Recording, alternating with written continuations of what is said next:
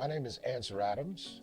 I am with Powerhouse Ministries' sister corporation, Powerhouse Community Development Corporation, and we're a faith-based, we started as a recovery support organization, but now we have moved into more of a treatment-based philosophy. And this month being National Mental Health Awareness Month, and the theme for 2025 being community, I think it is befitting that Powerhouse Community Development Corporation weigh in on some of the issues surrounding mental health in our community. To understand some of those issues, we have to kind of turn back a few pages in the history of mental health, understanding the stigmatizations that are often attached to mental health that can cause problems with service delivery, people being willing to come for services. Early on in the history of mental health, it was considered to be a demonic possession.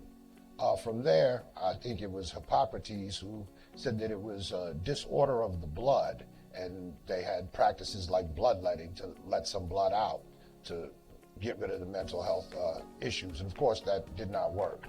From there, we moved into the drug era when I think about 1949, 1950, lithium was introduced to help balance out chemical imbalances.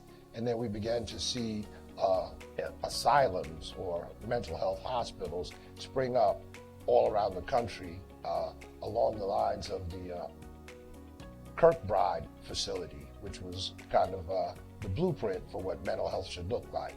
Unfortunately, those facilities became severely overcrowded, and there were concerns about maltreatment of the patients, and we began deinstitutionalization around civil rights. When we began to have deinstitutionalization, we no longer had a place to keep our mentally ill, and that increased the homeless population and really led to the criminalization of mental health. I think a large part of the problem has to do with the stigmas tied to mental health, cultural issues in the Black community. Sometimes it's viewed as a sign of personal weakness to go get help for mental health. It speaks loudly that there's something wrong with you. In the Hispanic community, concepts of machismo, personalismo, familismo, which all require that we handle our problems ourselves, create a problem in service delivery. From another perspective, mental health has largely been a creation of Western culture, by Western culture, and for Western culture, and that left a serious lack of culturally sensitive approaches to mental health.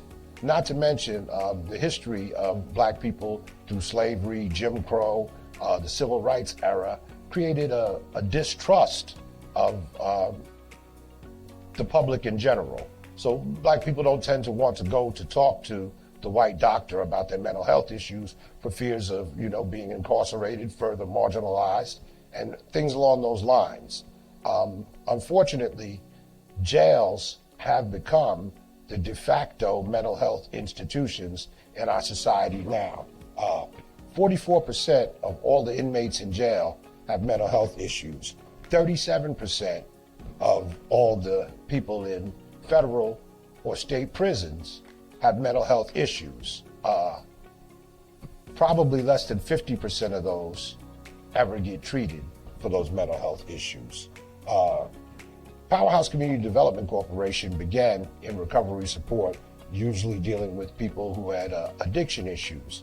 And along the way, we noted that people with addiction issues also tended to have mental health issues. In fact, some 53% of all drug abusers have co-occurring mental health disorders, and some 37% of all people with alcohol use disorders have co-occurring mental health disorders.